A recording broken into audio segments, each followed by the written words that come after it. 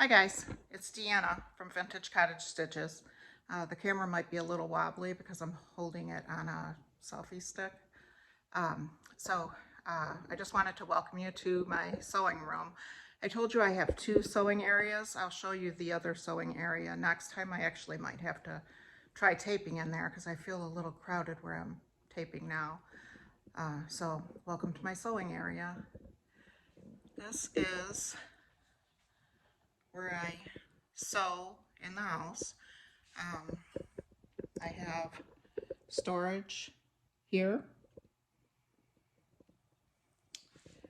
I have my machine set up, a nice big cutting mat. I have, it's hard for me to see what I'm doing. I have a work box that I recently found that's nice to hold things in. I found this at IKEA and it lets me have a little bit of storage without affecting my cutting mat. Okay, this here is where I store all my DMC floss and my Weeks and Classic Colorworks. This is an antique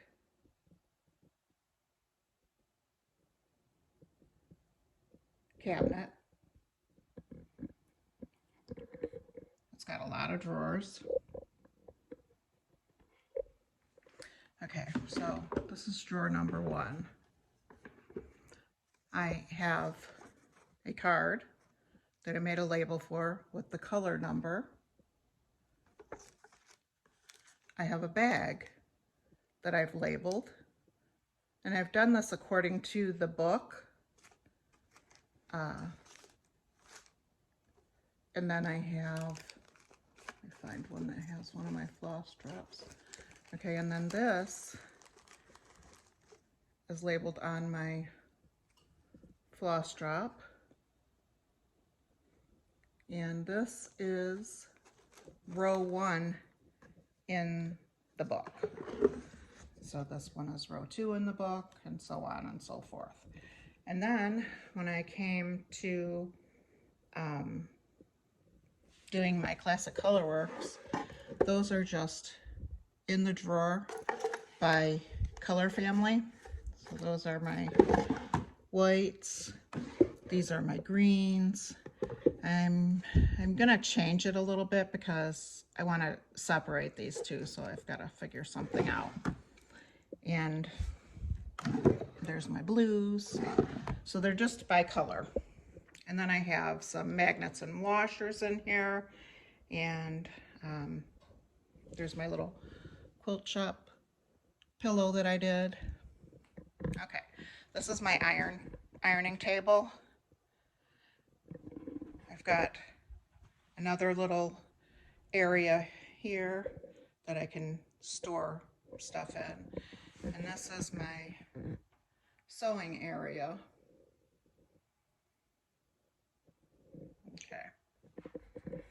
So it's just kind of compact. I do have storage in all these cabinets.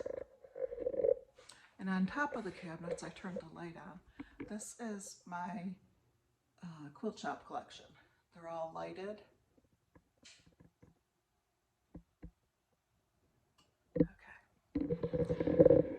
Okay, let me place the camera and we'll get started. Okay, so I don't know if that light will bug you. So here we are in my sewing room, and today's tutorial is going to be on how I make the scroll cover. Now I did embroider on this one.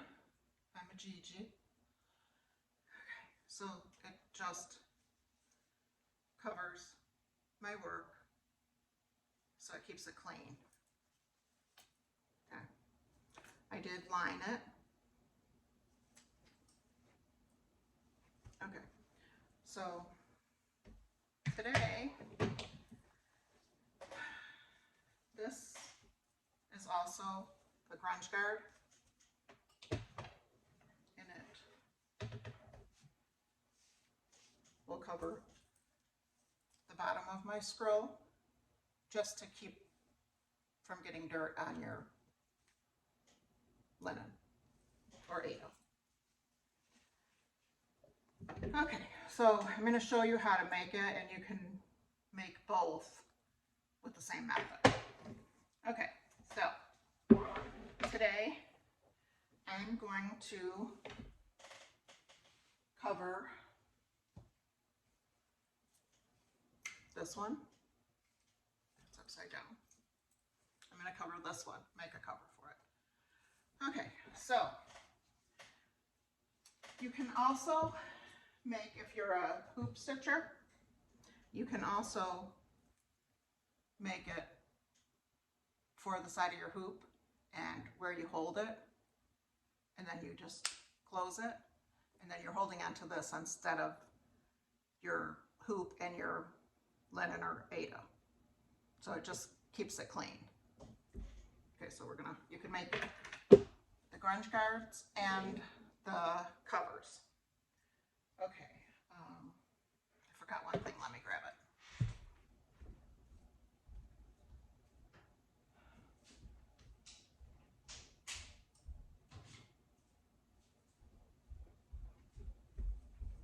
Okay, so what I did is I'll link these in the video. What I did is I purchased these. They are magnetic poster holders, so like you can hang them on your wall. And when you purchase this,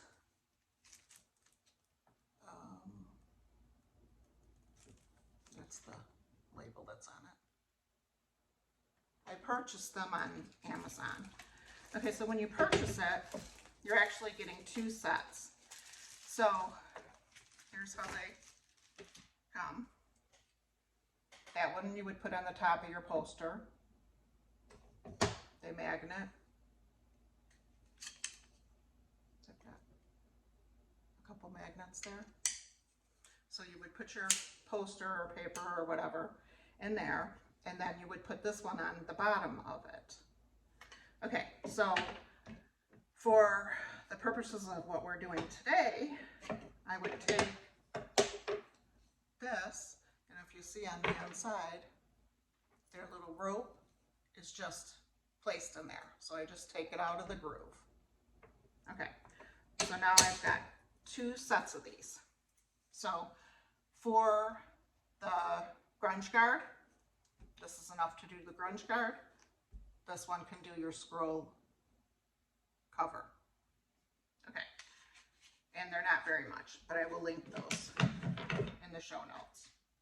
So this is a easy stitch scroll. It's very lightweight.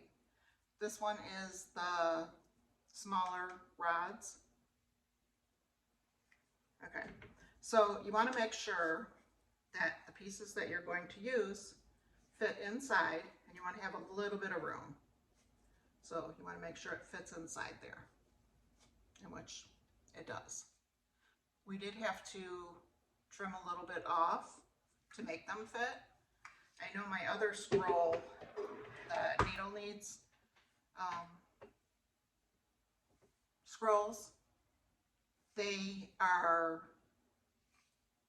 the length that they're supposed to be. This is actually a little bit smaller. That's why you have to trim them off. So check your measurements on your scroll. Okay, so that is what we are going to do. I'm going to be moving this camera around. This is the first time I've done this. I'm going to be piecing the video together. And if you have any questions, please feel free to ask. And let's get started. Okay, so here we are at my cutting table. So I've got the scroll. I'm doing a different one. I decided to do one without stitching on it. So I've got my scroll. So the first step is going to be to measure it. So the inside measures 12 inches. So I'm going to cut that, my fabric, I'm going to do a 1/4 inch seam. So I'm going to cut my fabric at 12.5 inches because that's 1/4 on one side and 1/4 on the other for the seam. Okay, and then to measure this part, we're going to put it here, and this is measuring 14 inches. I'm going to add 2 inches to that. It'll be my seam allowance and a little bit extra because it doesn't have to be super tight. So I'm going to add 2 inches to that. So I'm going to cut mine 12.5 by 16. For this scroll, I'm going to use this fabric for my outer,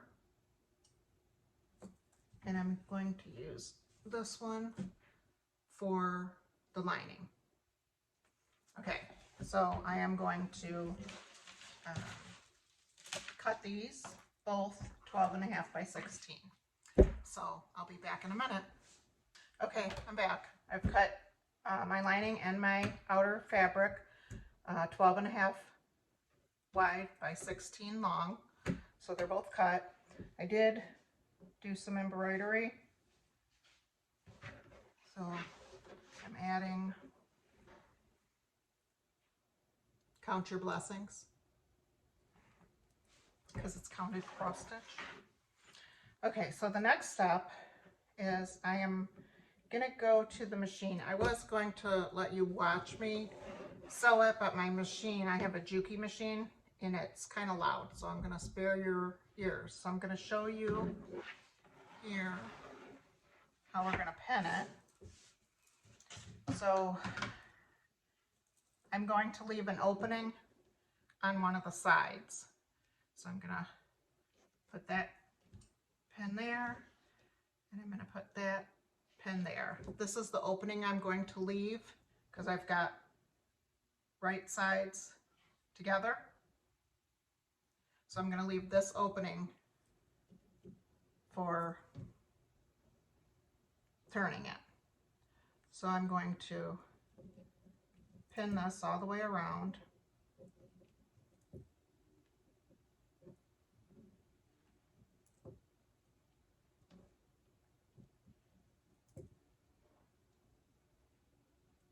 Just to hold the fabrics together.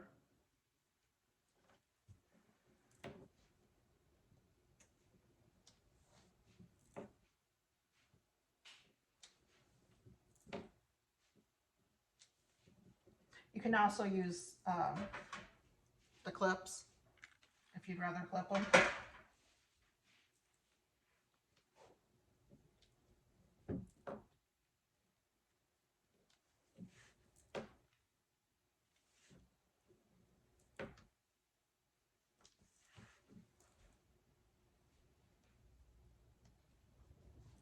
It's a little lumpy because I have crocheted flowers on here.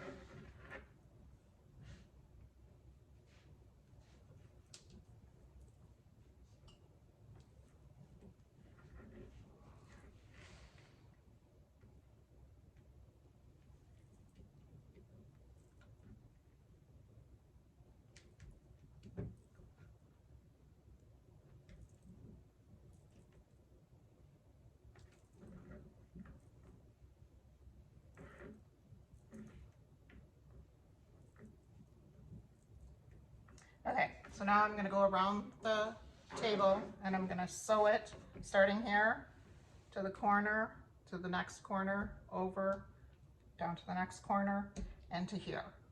And I'm going to start and back stitch, and I'm going to end and back stitch so it won't pull apart as I'm turning it. So I'll be right back. Okay, I'm back. So I sewed all the way around it and I left my opening here. So the first thing I'm going to do is I'm going to clip the corners. I'm just going to My stitching is here, 1/4 inch in. I'm just gonna cut the corner off just so when I turn it, it'll lay nicely. So I'm gonna do that to all 4 corners.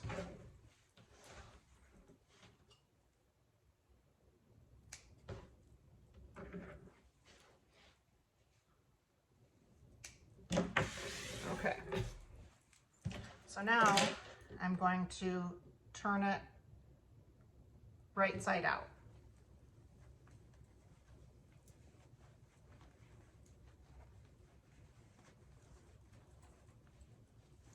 So I'm just pulling it all through the hole.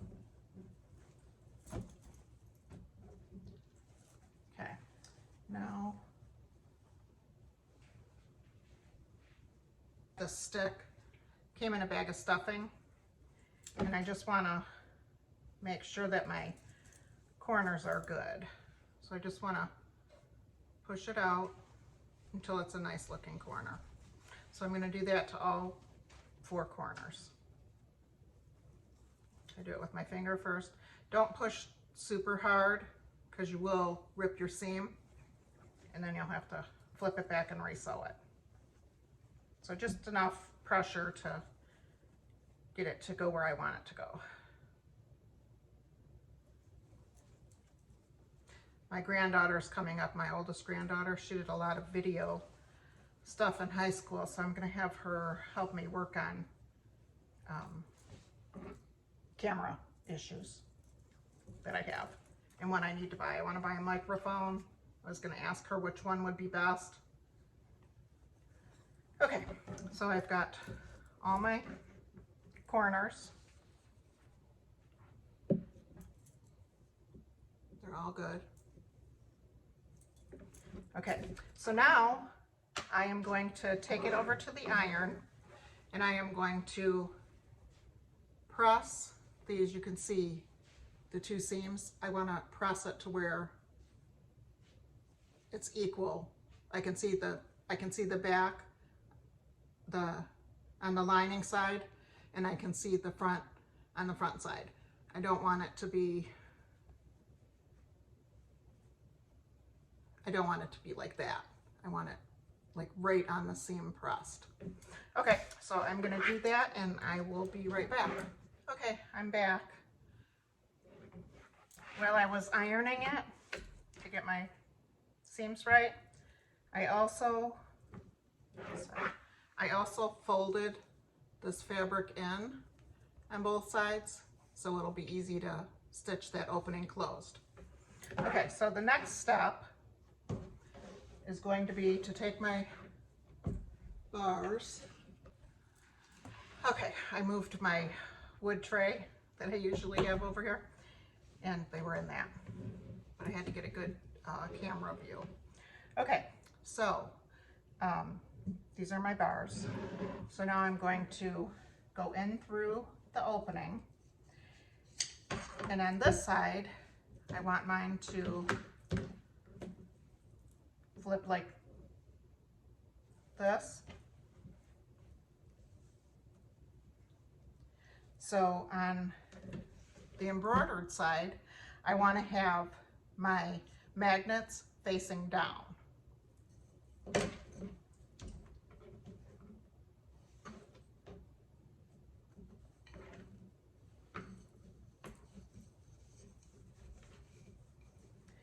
and I'm just going to push that in there to the end of my fabric. So now it's in there at the end.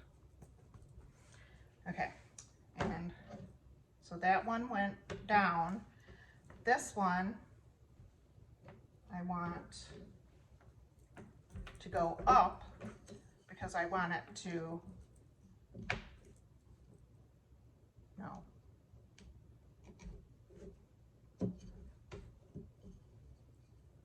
I want it to go to the right side.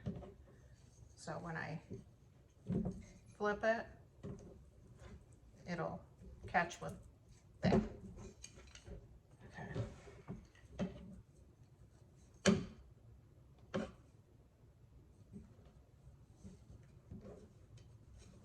gonna stick that in there. Again, all the way to the end. Okay, I'm gonna go back to the sewing machine. On the first one that I made, I stitched the side seam.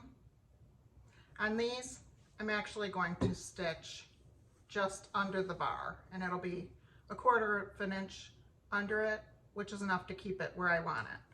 So I'm gonna go sew those 2 seams, and I'm also going to sew here to close my opening. So I'll be right back. Okay, I'm back.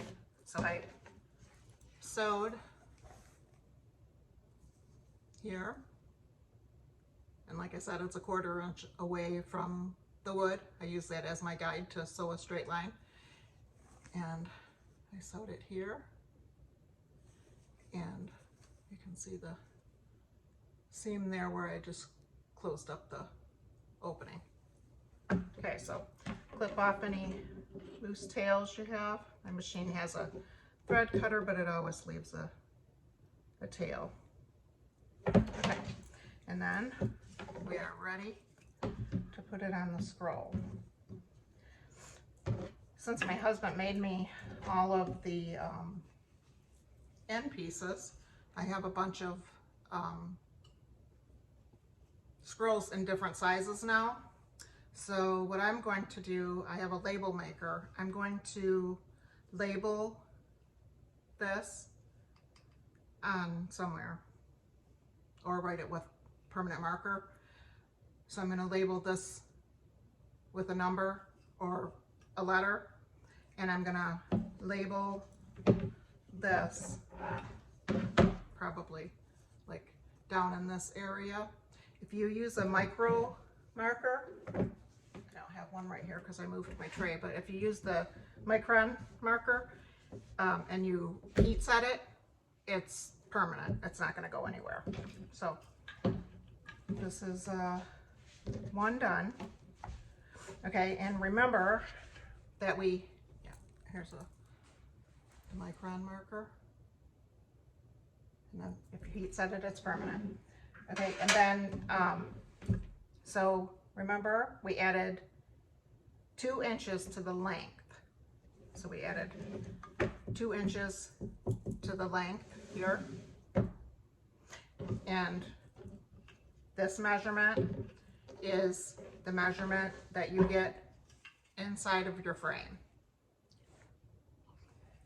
plus your seam allowance. So I did a 1/4 inch seam, so I took my measurement from point to point and I added a 1/2 inch to it. And that's all there is to it. Okay, so now to make a grime guard. Okay, so to make the grime guards, it's exactly the same process. It's we're using the other pair that we had left over from this, and we're going to do exactly the same thing. Decide how long you want your grime guard. This one, the center measurement is 4.5. So then you would add the bar into it on each side, and your seam allowance. So you would add all those together, and then you would put it together exactly the same way. You're just going to have a shorter piece. This one has a seam in it because I had made this one for one of my other scrolls, and I shortened it to work with my new scroll because it's not as heavy. I'm really liking them. So that's it. These two, when you put the magnets in, these ones are opposite because this is my cover, that's my bottom. So they're opposite. When you do these, you want them magnets to magnets the same way. So when you have it open and you're putting your bars in from the side view, you want to make sure that both of your magnets are to the lining side, so they snap together. So have it with your lining up and put your magnets in the upward position. Okay, so you can make these any size you want to, and that's it. If you have questions, like I said, ask. If you don't sew and you want some, you can contact me and we can see what we can do. And I did make another one. Let me show you that one. So I have 3 done now. And this one I put sampler stitcher. My letters are a little crooked. So that is covering that one. Okay, so they're just something to protect your work. You can stand them. It's not like a pillowcase that's getting in the way, catching on each other. It keeps them each one to their self, so it's safe storage. If you're traveling, it's good. All right, and then I think that's all I had for today. So like I said, if you have questions, just type that in the comments. I thought I'd give you another view of my quilt shops all lit up. I don't know how many I have, but they're all there. That's all of them. Okay, see you on Thursday. Bye. Okay, I'm back. I've placed it all together. I hope it's not too choppy. I hope you enjoy the video. I hope you make covers for your scroll rods and protect your work. And have a great rest of the week. Have a nice weekend, and I will see you on Thursday. Bye.